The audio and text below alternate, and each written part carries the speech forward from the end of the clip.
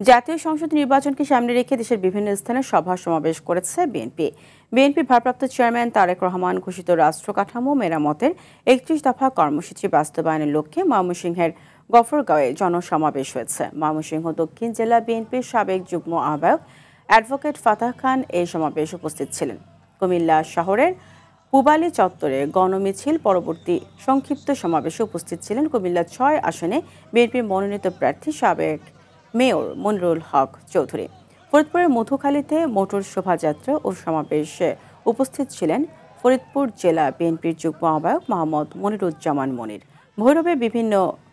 ভৈরবে BNP মনোনীত প্রার্থী শরীফুল আলমের পক্ষে ৩১ দফা বাস্তবায়নে লিফলেট বিতরণ করা হয়েছে। এছাড়া বিএনপির সমর্থনে মোটরসাইকেল শোভাযাত্রা হয়েছে গাজীপুরে। সমাবেশ হয় যশোর ও রাঙামাটিতেও।